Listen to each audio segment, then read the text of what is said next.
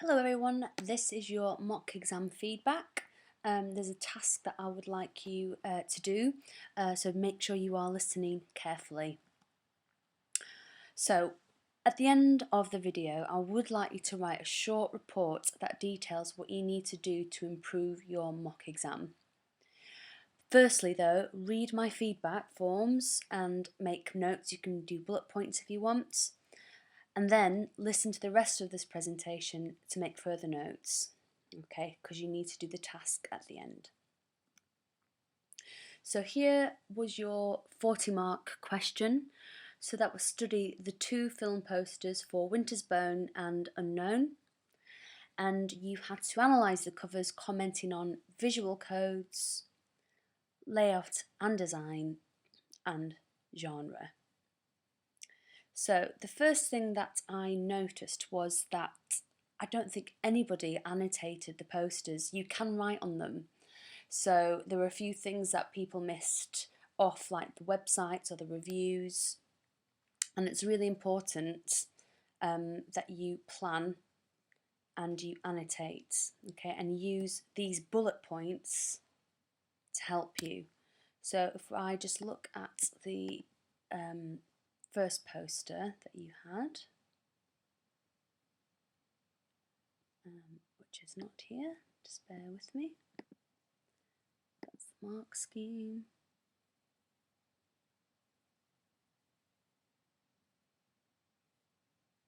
There it is. Let's have a look at this. Okay, so you can actually split up the poster into the visual codes. So you can look at things like facial expression, body language, her mode of address. We can look at things like the cracked wall in the background. We see this mist. Okay, we can look at the colours, the colour palettes. We can see that the typography is also cracked. We can see that these two mysterious figures that are in shadows, these sort of looming dark trees. So what you can actually do is annotate this. You can write all over this. So if we just go back to our bullet points, we've got visual codes.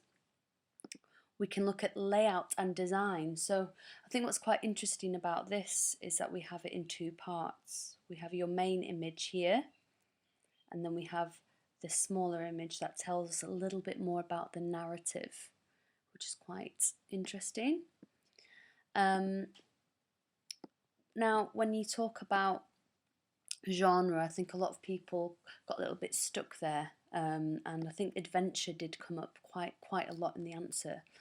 But if you read the reviews, it actually tells you the genre. So we know it's a suspense tale. We know it's a mythic saga. We've got tension. We've got a sense of danger. So I think if you're looking at sort of thriller, suspense, you're more on the right lines there. And then you've also got a lot of these written codes here. We've got best screenplay, best picture, so we know that it's thought of quite well. Okay, that might attract more highbrow type of audience who are interested in these types of texts. Okay, we can also see down here that it's rated R, so it's restricted, so there might be certain expectations of what we would expect to see in the film. There might be violence, okay, death. We've got Winter's Bone. So it's quite important that you read everything, because it's going to give you clues as to what you can sort of sum up in terms of the genre. So some of the answers that we have from the mark scheme, let's just go back onto here, is the use of muted colours, lighting, iconography and setting, clothing and physical appearance, expression and body language. So this is right from the mark scheme. That's your visual codes. We've got layout and design, so positioning of the images that suggest narrative, the use of colour, the construction of the poster, so construction is quite an important word to use. The use and positioning of the pull quotes, the font styles, and the gaze of the character. So we can see that that's indicating a bit of a narrative there. Okay, let's go back to here. Then we've got genre. So we've got clues to the genre in the pull quotes, so we can see that on the poster. We've got suggestions of mystery and enigma, which a lot of you talked about, so that was great. We've got an indication of the genre using the film title, so Winter's Bone. We've got cold, dark colours, connotations of metaphorical darkness to the film. So a few people did talk about the poster being quite dark, but then that could lead to dark themes in the film. And then a few people picked up on this as well, the representation of gender. So we've got quite a strong female protagonist. Okay. So the unknown, again, we've got the use of muted colours for visual codes, lighting, the out of focus background, the use of black and white stroke grayscale images, iconography such as the gun and suggestions of setting, clothing and physical appearance, expression and body language. So if we go back here, we do have that sort of blurred background. It does look quite European actually, I thought, and then notice that you can see it says something about Berlin there. A few people picked up on the fact that this character has got a dark shadow across his face, so although he might be the main protagonist, he might have a dark side to him. We've got the key signifier of a gun that could signify the action genre. We've also got the car sort of falling or exploding by this building, so that also indicates the action genre, possibly a mystery with these numbers. And also a few people picked up on the sort of love triangle element between the three characters here, and a few of you did pick up on the representation of gender here. Okay, we kind of got the femme fatale. Okay, that there could be a love interest or a love triangle between the three characters. Back to layout and design. The positioning of the images, which I've just been talking about, suggesting a narrative. We've got the montage of the images that suggest the narrative, font styles, placing of the characters, and also the gaze, so possibly this direct mode of address that you can talk about. More subtly, we've got the Warner Brothers logo, so we could talk about this being a blockbuster action film, so there's certain expectations that an audience might have. So in terms of genre, so remember what I'm talking about are these bullet points: visual codes, layout and design, and genre. Okay, so if I come back to the unknown. So the film title and tagline suggests action. We've got iconography of the gun, setting and clothing. We've got the insert that suggests enigma, clues and action. We've got different representations of gender, so the two women are very different in their representation. And then we've got the play scene of Liam Neeson as a central image, half in dark, half in light, so that could indicate something.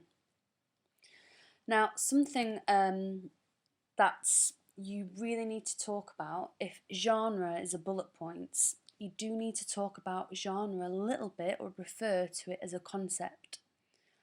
So I've split this up into two sections. We've got producers and audiences.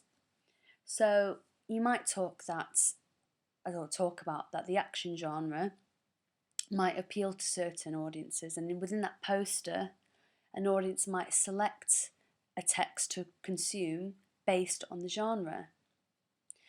Also, audiences have systems of expectations about the content and style of a text according to its genre. So if I see that poster with Liam Neeson in, I'm going to have certain expectations of what this film is going to include. And then I might choose to watch that text based on those expectations. So This also enables an audience to take pleasures in the text. So those repeated styles, those repeated conventions, the fact that I think Liam Neeson is probably going to win at the end, that is going to make me enjoy the text. So repetition and predicted solutions are going to make me enjoy that text. However, they might play around with those conventions, and pleasures may be drawn from differences. So they might do something unexpected in the film, and that's going to be exciting. Now, if we think about the producer side of it, producers will market the text according to genre. Okay, so if I think, right, I've got an action film or I've got a thriller, I can market that text because fans or a niche audience has already been identified. So I already have a niche audience of action fans that are going to take pleasure in that type of text. Okay, just think about genres that you like. Okay, you are an existing audience. So if a producer is going to make a poster, and the whole purpose of that poster is to attract an audience, you are going to use generic conventions to attract them. Also, genre can be used as a blueprint. So that basically means they know what conventions to include in their text to create a successful product. And this then minimizes the risk, okay? They've got to make money from this text, so they're going to make it very clear as to what genre it is. So if we look at both posters, the whole purpose is to entice an audience, to attract an audience, to get them to go and see that film. So they've used a lot of quotes here, all right? So actually, this text was brought out before Jennifer Lawrence was a big star, so we don't really see her name here. So we're actually using Sundance Film Festival winners to attract an audience, and these enigmas and these quotes to attract it. Whereas Liam Neeson is going to be a big pull into an audience coming to see this film. So don't forget in your answer, talk about audience expectations and the genre's importance to attract an audience. Something that we need to practice a little bit more as well is using the triangle. So I'm not going to go through this in loads of detail because we can look at this in class, or you can practice this whenever you want. But in your analysis, if you talk about, let's just say, the gun in the poster, and we talk about that's centrally aligned, okay, we've got a key signifier of the gun. We can talk a little bit about the genre, so using a gun as a key signifier of an action film. We can talk about representation, that typically men can be represented as being violent. Okay, so it's playing up to that stereotype. You could also talk about audience. So audiences might have certain expectations of an action film because they can see that key signifier of a gun. You could also link that to uses and gratifications, that an action film is intended to entertain us. So that gun is giving us a sense of escapism. Okay, that violence is escaping from our sort of normal, mundane lives. So it's offering us that kind of excitement and escapism. Okay, so that's just using one code. I've sort of gone round the triangle. You might talk about the inclusion of the quotations. Okay, so we might look at those written codes. So we know those written codes do give us a sense of the genre. Okay. Also, those enigma codes are persuading us to find out more about the film. If we go to audience, okay, again, that's could be used to inform us. So we know that it's a film that's won awards, so we would also have information and certain expectations of that film. So question 1 really relies upon you to use that triangle and go around. I'm just going to sort out this spelling error. Okay, so use a triangle, or if you're getting fed up with the triangle and you want to try something different, to write a really good analysis, you need to give it a good airing. Now, you need to make links to your audience. So who's a target audience? How is the audience positioned? How are they supposed to respond? You can also look at uses and gratifications. The text might offer certain ideologies. You could make links to the representation of the characters and why we see that representation. You could make links to the institution, so we know Warner Brothers, they're going to make blockbusters. You could also make links to narrative theories and genre. So if you look in your Harry Potter book, there is, in the first few pages, there is this area and it shows you a little bit more in detail how to use that. So to avoid being descriptive, especially if I've written just too descriptive in your feedback, you need to expand, give your analysis a good airing, and make links to these things. Okay, otherwise you are going to be stuck in that lower end of the marking scheme, D's and E's. So that's question 1. So the next question was to choose one of the film posters and suggest 2 different audiences for the film, giving brief reasons for your suggestions, and that's worth 6 marks. So here's a marking scheme. So I've picked a few things out. So it could attract those attracted by the quotes selling the film. Audiences might be attracted by the enigmas presented in the poster through the images. We've got accolades from the Sundance Film Festival. We've got audiences attracted by Jennifer Lawrence. Audiences attracted by suggestions of genre and narrative, and then other secondary audiences. If you chose the unknown for question 2A, you might look at fans of Liam Neeson, Diane Kruger, fans of the action genre, audiences attracted by enigmas of narrative suggested in the poster. We've got the star billing of Liam Neeson and the use of him in the central image, the direct mode of address, the insert that suggests romance and action, the gender representations, and setting and iconography. So this is question 2A. It asks you to choose one of the film posters and suggest 2 audiences for the film. That's worth 6 marks. So to get the marks, 0 to 2 identifies 2 plausible audiences, and then 3 to 6 marks describing in more detail these audiences. Now here's where got a lot of people marks deducted because they didn't read the question properly. Okay, question 2B is worth 9 marks. Question 2A was worth 6 marks. Okay, so this is worth more marks, and it says with reference to the other film poster. So some people wrote the same or used the same poster for 2 questions, and that's a massive no-no. So you need to read that question, guys, or else you're going to lose marks. So with reference to the other film poster, explore how audiences are attracted to this film.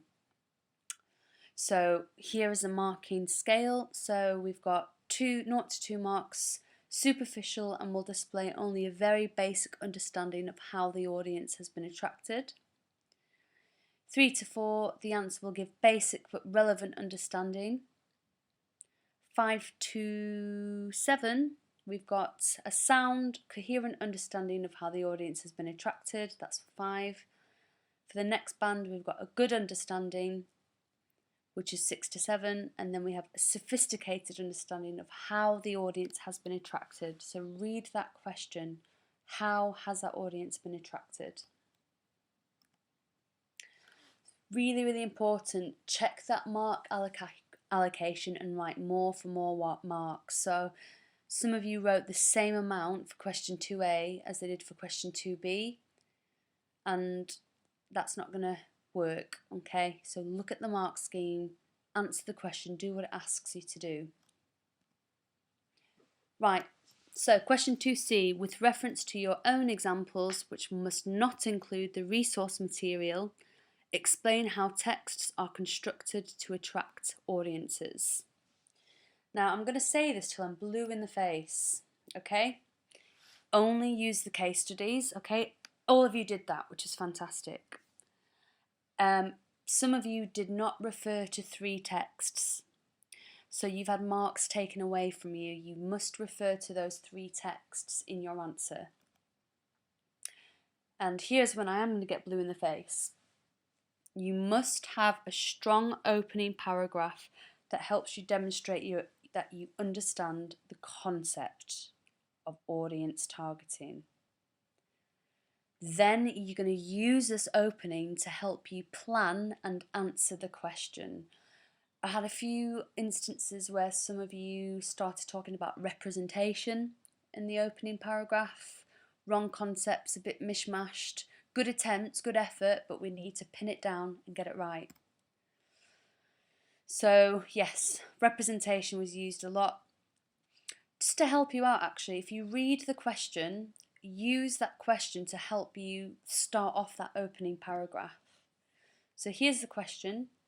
With reference to your examples, please explain how texts are constructed to attract audiences. So for your opening, you could say, texts are constructed to attract a range of audiences. So in that first sentence, before you get onto your main paragraph, use the question to help you.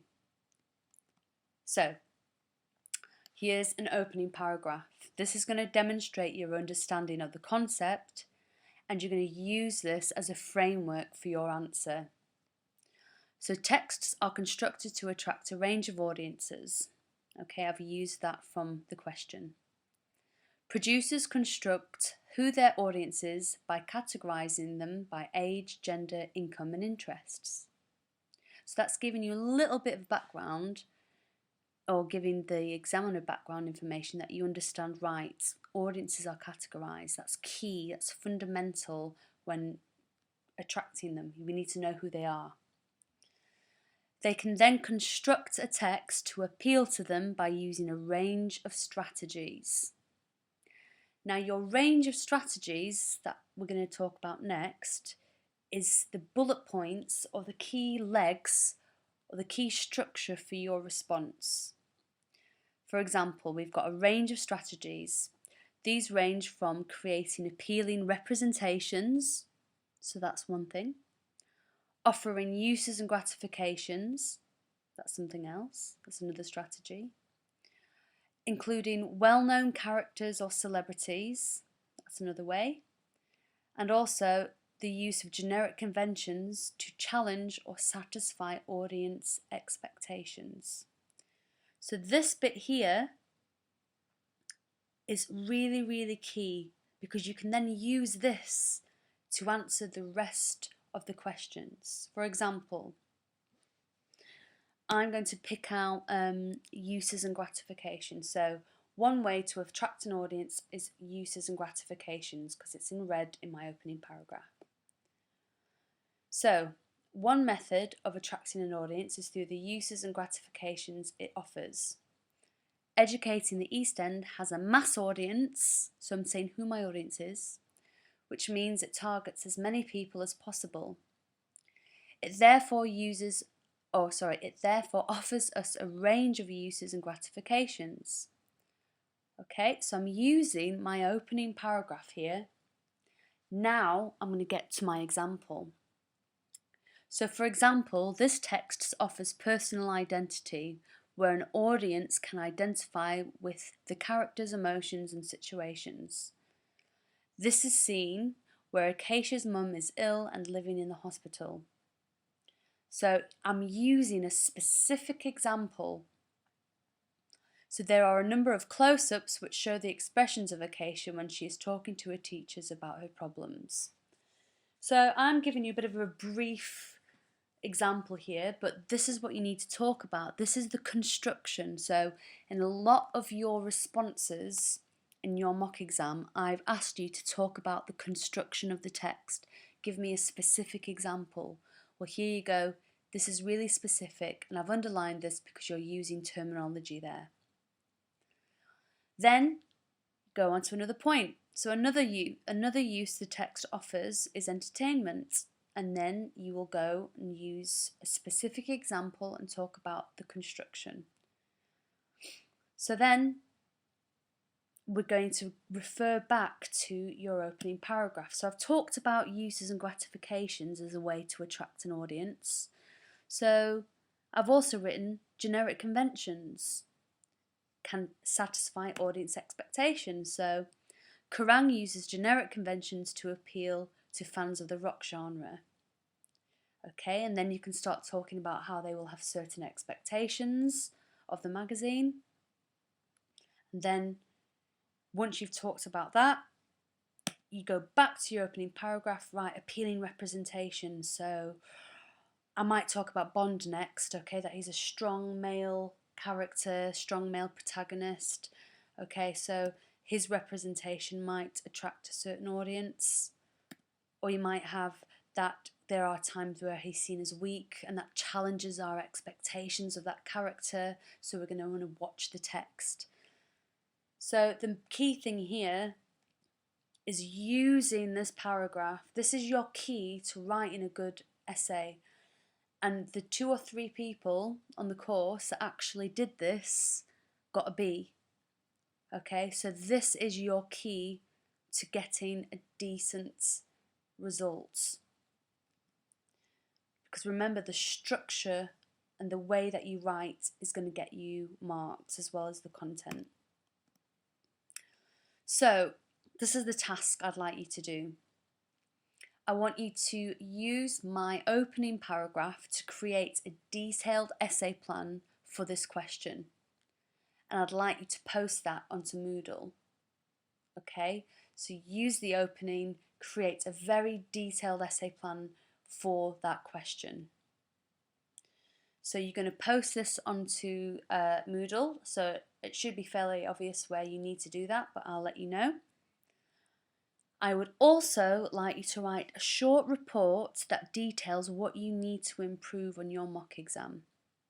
Okay, so that's also going to be posted somewhere on Moodle. It will be clear to you.